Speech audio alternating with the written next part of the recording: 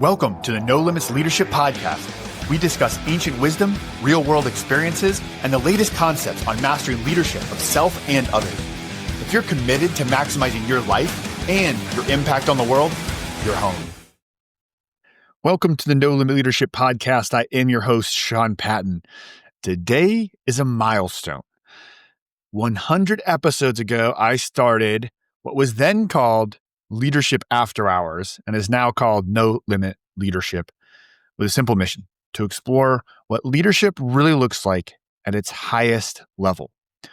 Now, my goal here is to empower listeners and explore what real leaders are facing today and fundamental truths and wisdom and sharing best practices and challenging ideas so that everyone that listens to this gets value out of it and can start to explore what they are capable of as a leader, right? I didn't want just buzzwords or corporate cliches, but the human side of leadership, the mindset, the character, the discipline, the heart. And, I hopped right into it, not knowing where this would go.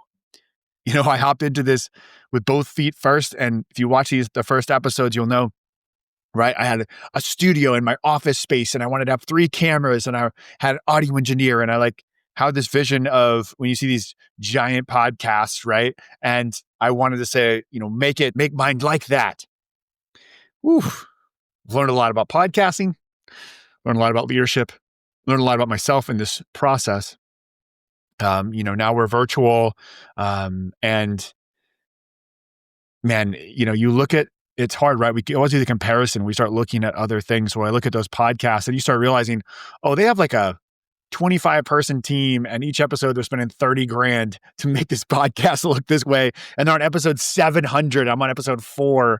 And I'd say the biggest, maybe compliment is Aaron, who's has worked with me when we started the podcast and now started working with me again, started doing some of the post-production.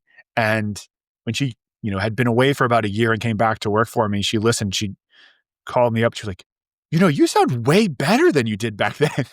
So hopefully you've noticed, hopefully I've gotten better as a host. I would say take that as maybe a lesson, just dive in and get reps and do the thing. One of the many reasons why I wanted to start this podcast was because as a coach, what I realized was and a leader really, what are the 2 skills that sort of define that are so critical as a leader and especially as an executive coach? And it's being a great listener and asking great questions. And I realized that those weren't necessarily strengths of mine. And so I thought, well, if I do this podcast, I will get lots of reps in doing those 2 things. In my opinion, definitely has worked. Nowhere near where I want to be, but I feel like it has illuminated a lot of things that I had to improve. And so I want to thank every one of you, whether you just recently joined us or whether you've, been one of the OGs from the beginning with No Limit Leadership. I just thank you for being a part of this. This really is a passion project. I have poured way more money into this and time than I have monetarily gotten out of it, but I've gotten so much out of it in terms of my own development. And we're going to continue to do this thing. And we're going to continue to grow this. And I have a very big vision for what this can become, for what we can do with our community as it continues to grow, ideas around movements, hopefully in the next year that will come out to get more people on board, vision around live events, around ways to connect No Limit Leader in various spaces. So yeah, just thanks for being a part of that. And I just wanted to do a special episode today on our 100th episode to reflect back. And, over 100 conversations, patterns begin to emerge. Truths surfaced again and again, whether that guest was a CEO, a coach, a founder, a creative, a military leader, an entrepreneur. I wanted to share 5 principles that I pulled out from all of those conversations and look at how they really maybe start to give us some context of defining what No Limit Leadership really is. So these aren't theories, aren't necessarily fleshed out frameworks, but hopefully they're realities you can feel in your bones, in your soul when you hear them, that just click and make sense. And maybe you can do some introspection about where you're at in relation to these 5 truths, these 5 realities, the top 5 lessons and patterns I have seen emerge through No Limit Leadership.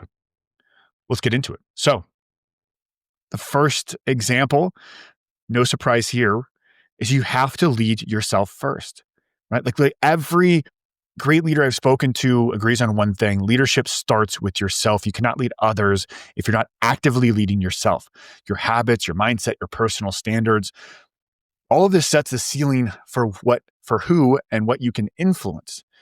And I think a real key here is your self-identity as a leader, right? This isn't just about, I'm going to do a few tips and tricks to try to be the healthiest I can, or, I'm going to read some books. I'm going to do some development. That's all well and good. But I want you to shift the very foundation of how reality occurs to you and think of yourself as a leader. And the first person that you must commit to leading is yourself, which means we have to lead intentionally. And I'm so passionate about this because I firmly believe that the journey to becoming the leader that you're truly capable of is the path to becoming the greatest version of yourself. So this isn't the No Limits Management podcast. This is the No Limit Leadership podcast, because a manager is a position you hold. It's about authority. A leader is a person you become. It's about influence. Authority can be given. Influence must be earned. You start viewing yourself when you shift that identity and not just thinking of yourself as a manager of other people or an entrepreneur or whatever, but you are a leader. You are a leader. When you shift that identity, you start holding yourself to a higher standard of being. And then you start making decisions and taking actions that align with this higher calling. And there's many points throughout my career where I chose the harder right over the easier wrong, in part because of the identity of me as a leader. What does a leader do? What decision does a leader of myself? What decision does a leader of my family? What does a decision of the leader of a team or a company or whatever tribe you have? What is the expectations you have of a leader to make? And then you make those decisions. And this goes all the way back to the first couple episodes. Actually, a lot of episodes, we would have a longer conversation and divide it up into halves or thirds. I think the first 3 episodes were with my business coach, John Michael Morgan, who I've worked with for like 7 years. And, one thing that John always says is income improvement always follows self-improvement, right? So his whole philosophy, after doing this for decades, he had a very successful exit from his first company. And now, he's a 7-figure coach. And he's seen this over and over again, that your external success in life will not outgrow your internal development. Leadership begins with who you're becoming. And in way later, in episode 78 with Chris Wilkinson, he said, my best clients are those who understand they're going to grow and their businesses are going to grow. And you can't separate the two. Chris emphasizes that personal growth drives professional growth. You can't build a company bigger than your own mindset. And then in episode 80 with Jim Carlo, he said, leadership isn't what you do, it's who you become. And I couldn't agree more. Leadership isn't about a set of skills to attain. It's about a person that you are becoming.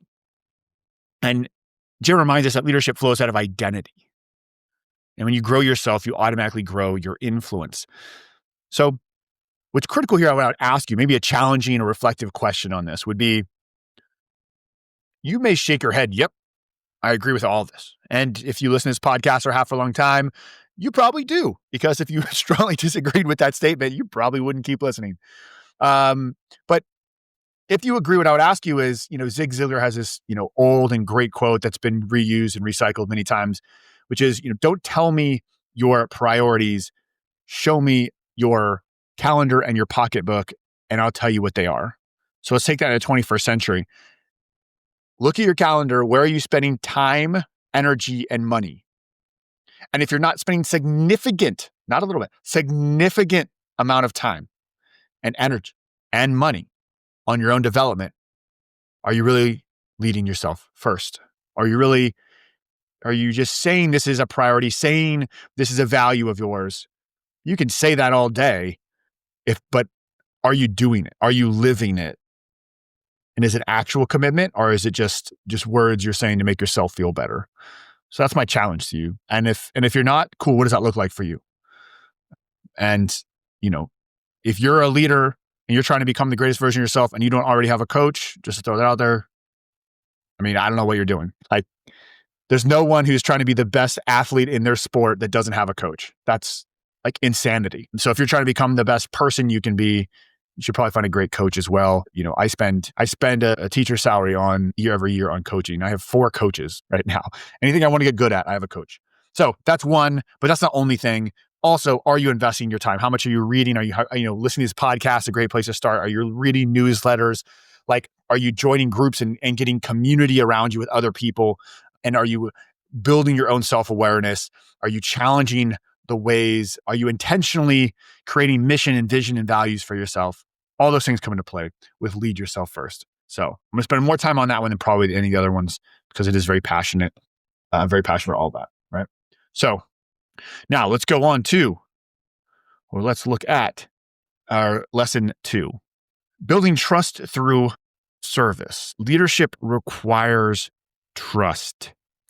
Great organizations require trust. People don't follow titles. They might obey titles. They may do the tasks assigned to them by someone with a title, but they're not willingly follow them, right? If we want to be a leader is someone who other people want to follow, who other smart, driven, and dedicated people look around and they say, that's the person I want to follow. I want to follow them. I'm compelled. That requires trust. And what we found throughout these mini conversations, right? I guess 99 conversations since this is the 100th, is that trust is built through service, right? You've probably heard the term servant leadership, but let's flesh that out a little bit, right? It's about consistently showing up for people in ways that put the mission and humans ahead of your own ego. And, there are a few moments throughout the podcast that stood out that highlights what, trust-based leadership looks like. So, mentioned Jared Carlo before, obviously a great episode. That was episode 80. He also said mentorship matters. Transformative leadership starts by helping others succeed. And what Jim's talking about is that great leaders elevate other people. He had great stories about when he worked for Ross Perot in business and just how great of a leader he was and how much people trusted him. And when you help people grow, when you ask people, why are you here? Why are you doing this job? Or why are you part of this organization? Or you're leading your family, ask your kids, ask your spouse, what do you want? What are you trying to achieve? Who are you trying to become? And how can I help you do that? Not let me tell you who I think you need to become, or let me tell you the right actions to take. Starting with, who are you trying to become and how can I help you grow? And when you do that, you earn trust that money and given authority just cannot buy. In episode 98, recently we had Atiba de Sousa, which is honestly probably, I'd have to relook this now I'm thinking about it, but definitely top 3, if not number 1, coolest name of anyone on the podcast, Atiba de Sousa. And he was such a fun guest. He asked, would your team follow you if you didn't pay them? Right? He challenges leaders to look beyond compliance. And he says that true leadership is when people follow because of trust, respect, and belief, not obligation. In episode 65 with Kevin Torf, he said, you'll learn how to stop micromanaging, empower your team to take ownership. That's true leadership. Stop micromanaging and empower your team to take ownership. So how do you empower people to take ownership? They have trust that you have their back. Right? You've effectively communicated to them, decision. One term I love to use is called the decision box. And I'm not sure if he came up with this, but I first encountered it reading Stanley McChrystal's book, Team of Teams. And General Stanley McChrystal, right, is a JSOC commander in charge of Delta Force and SEAL Team 6. And he talked about clearly stating, and this is something I'm actually working with a current client on in their company, is your decision box. Everything inside this, you are free to action on. And I will have your back. And you know our values and you know my intent. And I want you to go forth and be aggressive and push that. But there has to be trust for people to do that, for them to take ownership and for them to be willing to push a bit, to make decisions, to put themselves on the line. Woo. They've got to have strong trust with you. And one of the ways that we build trust, so it's a good time to have a different conversation here, is around integrity and trust. So not, moralizing integrity, like, is this morally wrong or morally not wrong? And that's what we think of integrity. What I'm talking about is alignment. So is what you say is important. If what you say are the values of the organization, are the values that you have, your values, do you make decisions and take actions that align with what you say your values, your mission are, what your priorities are? And if there's alignment between inner self, or let's think from a leadership perspective, between what you say and what you do, right? If you say, I want you to make decisions inside this decision box, or I want you to take risks, or, I trust you to do this, and then they do it and it's not exactly the way you wanted, or it doesn't go right, do you still have their back? Do you still align with your initial stated intent, right? And there's also internal integrity, which I mentioned a second ago, which is more about self-leadership, to go back to that, which is, does your inner world, how you see yourself, again, what your values are, how you see yourself and who you are and how you're trying to become, do you make decisions that align with that? So an example would be, I value other people's time. Okay, great. Are you late to meetings? Yes or no, right? Do you actually show you value people's time? Do you show up on time? Do you say that you want to make sure the people in your company have good work-life balance, right? And they are taking care of their families, because if they take care of their families and their home life is great, they're going to be great employees or great team members. But then how do you talk about your spouse? How does your work-life balance in? Are they actually seeing you live those values? Because that's another way to build trust, and also a quicker way to break trust. And that's a great example when it comes to things like integrity and trust, is that it takes a lifetime sometimes to build, and it takes a moment to lose. So make sure that you create a strong, trusting environment, right? That you create an environment where people can trust you, they feel safe to talk and share, and that what you say are your priorities, your mission, your values are what you actually enforce. So build trust through service, right? Put your people first. 3, this is about communication. Lead with questions, not answers. We want to be curious and coaching and development oriented. Great leaders don't have all the answers, and they don't try to, but they do ask better questions. They listen more deeply, and they empower people to think instead of react. Remember, I said that's one reason I started this podcast, because these are things that I knew I wanted to get better at. I was actively listening and asking better questions, right? Sometimes as leaders, we think that people expect us to be perfect or expect us to bring all the answers. And that's just not true. People do expect us to be authentic. That's what they want.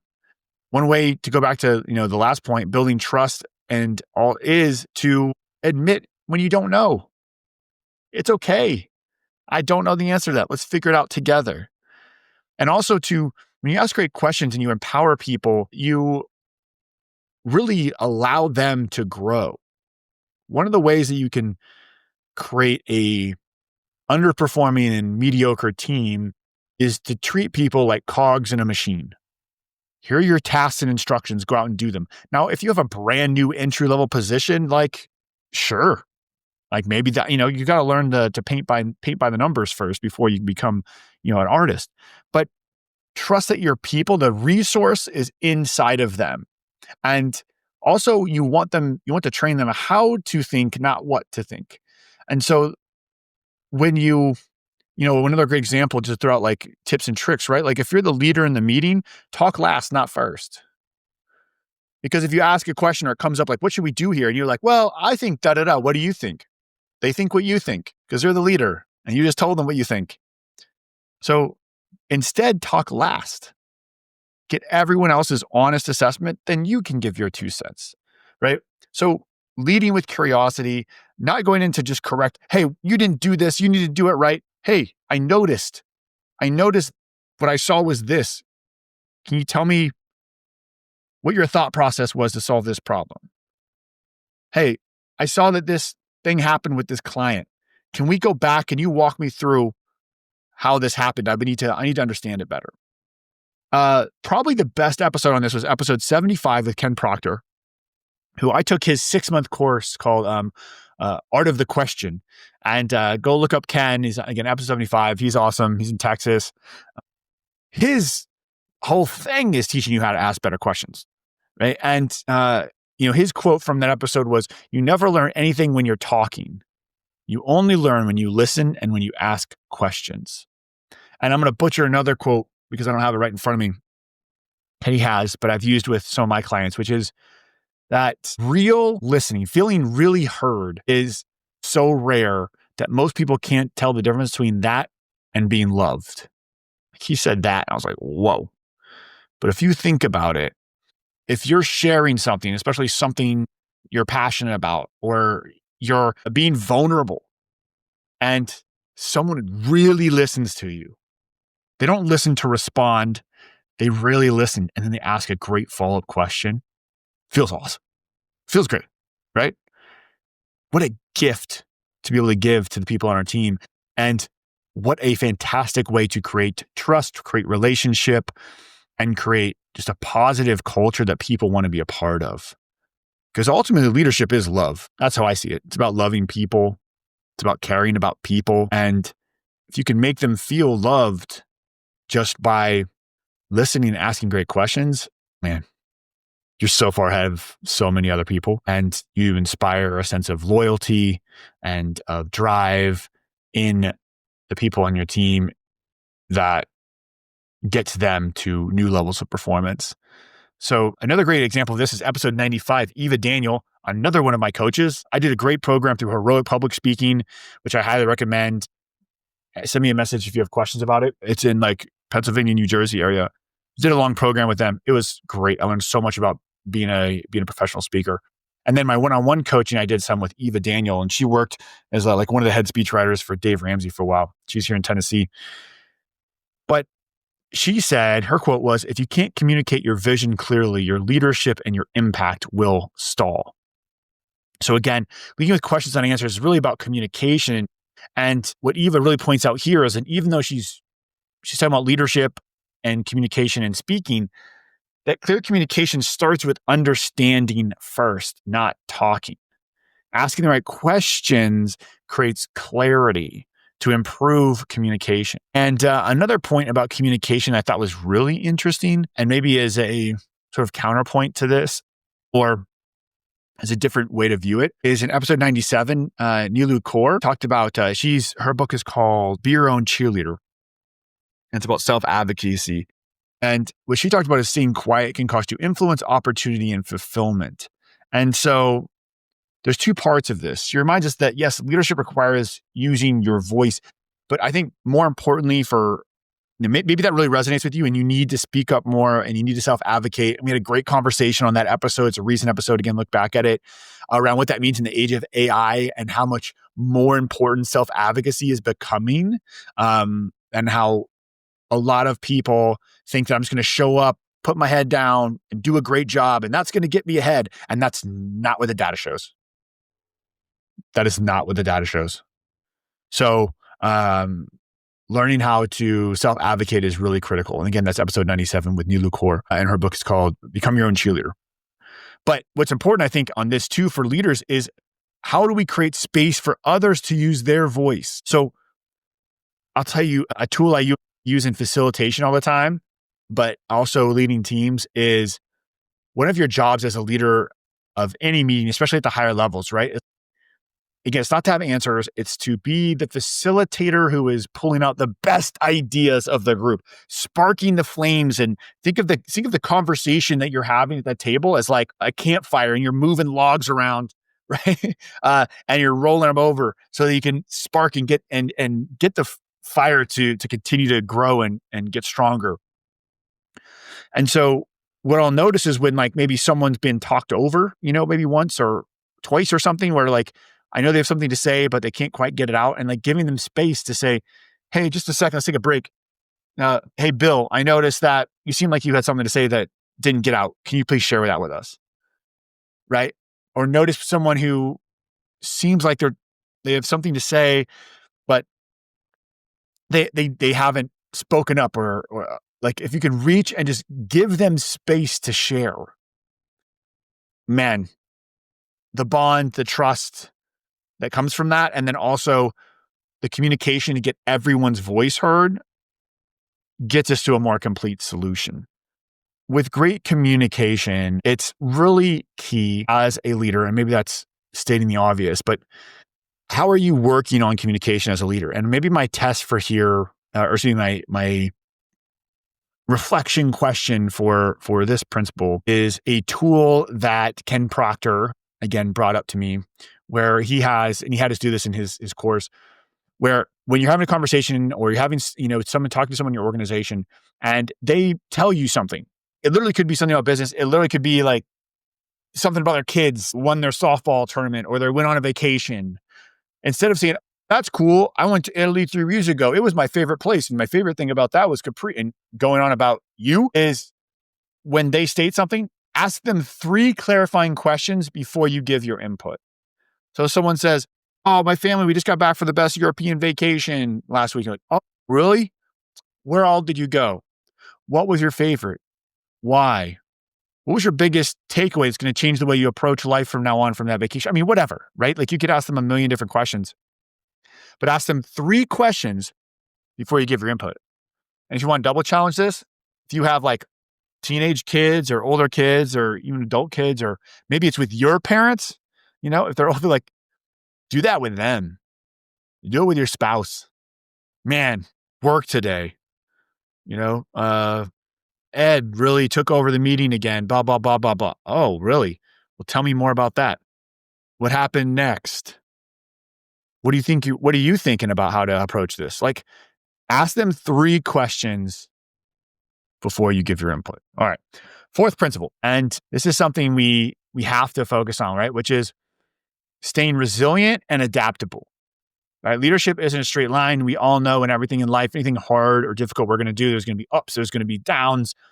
And how do we stay resilient and how do we adapt to situations? Right? So, there were 3 great examples of this. So one was in episode 82 with Sherry Cole, who was a longtime and now Hall of Fame women's basketball coach at University of Oklahoma. And what she talked about was that real transformation happens in the small intentional behaviors you choose every single day. That her point is that resilience is built through daily habits, not giant leaps. And, she's really an example when she took over that basketball program, which was in complete shambles and turned it into a national powerhouse, was that, greatness is a result of, quiet consistency. And here's the thing about being resilient and adaptable. There's a few principles here before I give 2 more examples from the podcast. But when our behavior, our mindset, our outlook, our energy is dependent on external sources, on outcome, makes us less resilient and less adaptable. So a lot of this is getting very clear about who you are.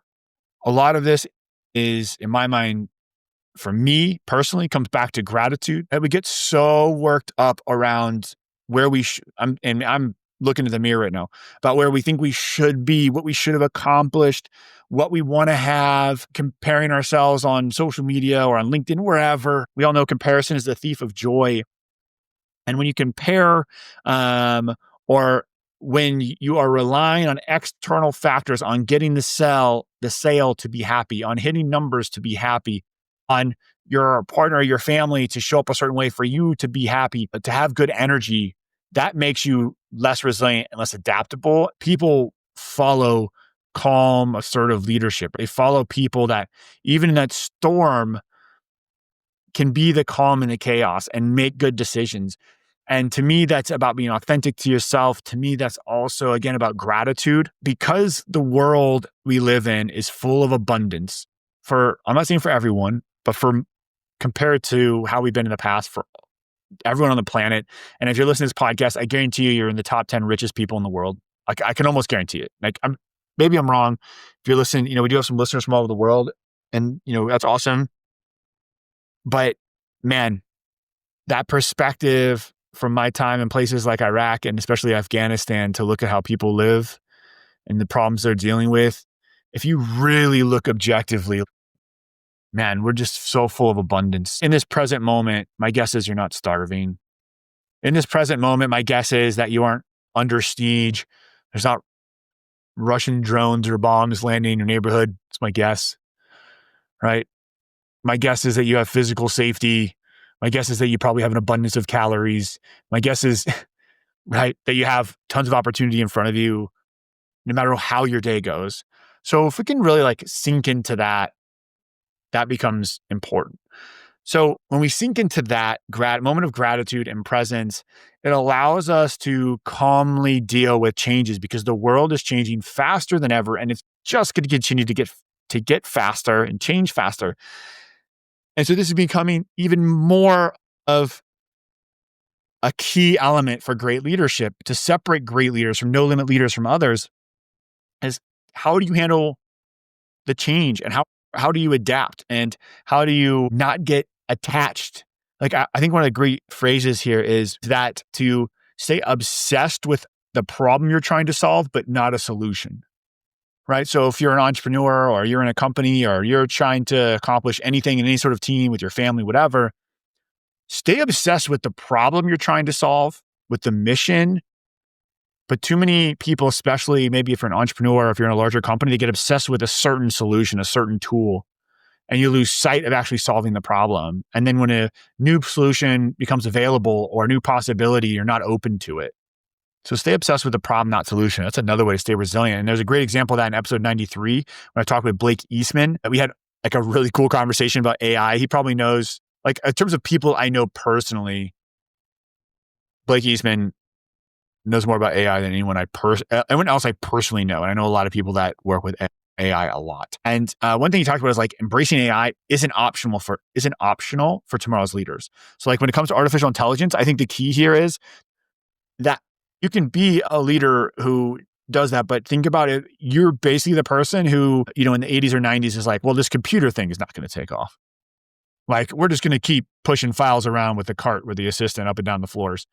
Good luck to you if you don't think AI is going to impact what you do in one way, shape, or form. But the key is to be adaptable, right? Leaders who resist change fall behind. So we need to continue to evolve and not necessarily change our mission or change the problem we're trying to solve in life or who we're trying to become, but we need to be flexible and adapt and explore and experiment, including with AI. And finally, in episode 98 with Atiba, he talks about, I learned leadership the hard way through failure, humility, and growth.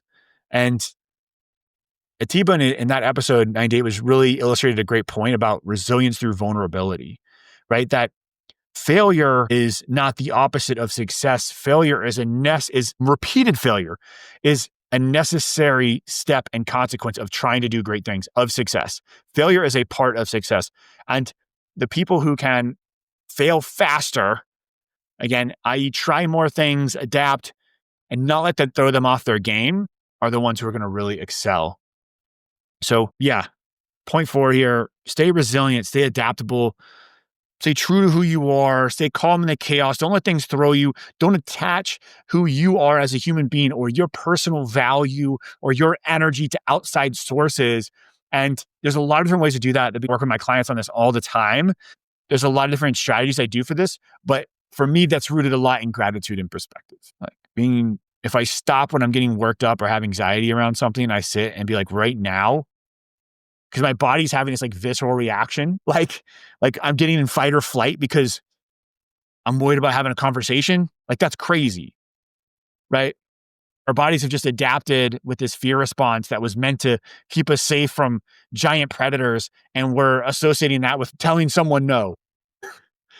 But we are. I'm not lessening it, but you can choose to see that situation differently, and that's a very extreme one. But staying resilient and then staying adaptable, right? I think those things play together, and just have fun. My 2 words for me going to 2026, I have 2 words every year. My words for last year were, for 2025 were patience and consistency. I think I've done decent at that. But I'm transitioning already into my new words because I think it's just where I am in life, and it's playful and bold.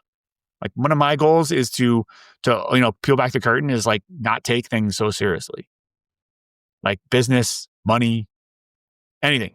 Like let's just have more fun. Like why not? Why not? And I think what I found is that I get better results when I approach things that way, and I have more fun doing it. So why take things so seriously, right? Like why are you doing this to yourself, right? And I think it's also a lot more resilient because I can do if something is fun and you're being playful with it, how much longer can you do it? Right? If like every call, whether it's a sales call or a marketing call or a huddle or doing this podcast, whatever, if I looked at this as like, oh my God, I got so much to do today. Oh man, that's draining. But I'm like, look, I get to do podcast episode today. Man, I might screw it up. I might not screw it up. I might have a coaching call. It might go great. Might suck. Might have a sales call or a vision call. It might go awesome. I may fall flat on my face. Whatever. Next thing. I could do that forever. So let's think about mindset here, okay? Where are you showing up and taking things too seriously? Where are you treating $1 in your bank account or a yes or no on a sales call or a difficult conversation like it's a life or death moment? My guess is that you could say that you're doing that more often than maybe you should be or could be. So yeah, work on resilience and adaptability. Maybe I do a whole episode on this because a huge part of that also is like doing hard things and pushing yourself, getting used to high levels of stress so that you don't lose resilience there. But anyway, look up stress inoculation, go do hard things, push yourself mentally and physically. And that kind of puts things in perspective when you do hard things. So if life is feeling overwhelming, if you're feeling anxious about a lot of things, what I found is that people who do that often aren't pushing themselves really hard. Like people who regular life in America is like just beating them down with anxiety and they can't get over shit, are not climbing Mount Everest, are going on 15-mile rucks in the outside, or not doing jujitsu, or they're not doing a bunch of hot yoga. They're not like, I don't know, running half marathons, or they're not doing anything. They're not doing hard shit. That's what I found. Now, that's not always true, but there's more components to that. There's a mental component, but you can build resilience through just doing hard things. Okay, we have to get to our 5th point because I could keep going on this. All right, leading with purpose. All right, inspiring leaders have strong convictions and passionate visions for their lives and for their organizations. If you think about someone who doesn't have those two things, who's just like in it for themselves or is sort of like wandering, are you following them anywhere? I doubt it, right? So really thinking through what is your purpose. And what I would argue here, what I call my North Star theory, is really more universal. And it says that every living creature is its most happy, content, and fulfilled when its activities and environment align with this genetic purpose. And for human beings, our genetic purpose, or you could use the term spiritual purpose if you're comfortable with that. But either way, it doesn't really matter. We're social creatures. We're tribal creatures.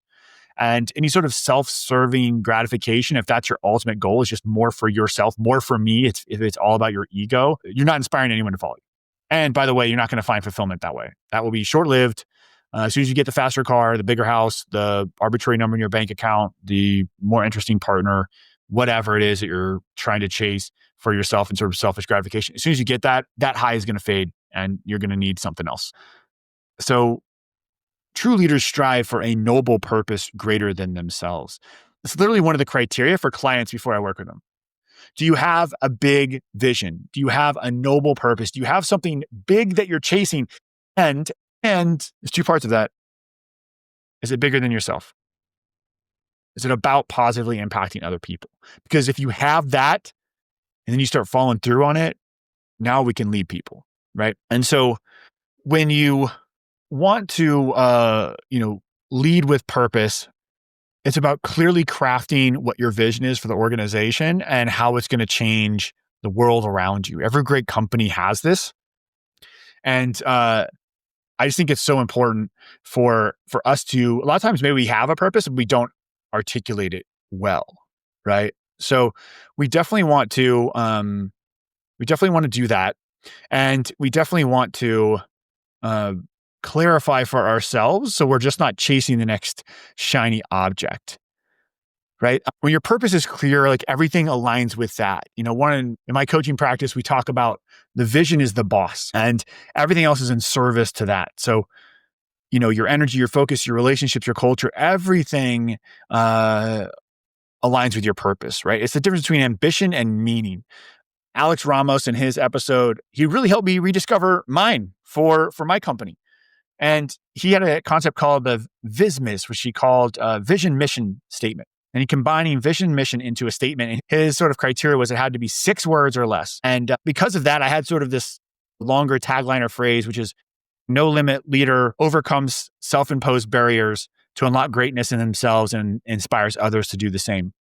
That's still my website, I think. I used to say it all the time. But I changed mine on my, you notice in my newsletter, it says this on my emails. My VISMIS is challenge limits, develop leaders, fuel greatness. That's not just like a tagline. That's my compass. I can test myself against it. Am I challenging limits? Am I accepting limits or am I pushing them? Am I developing leaders?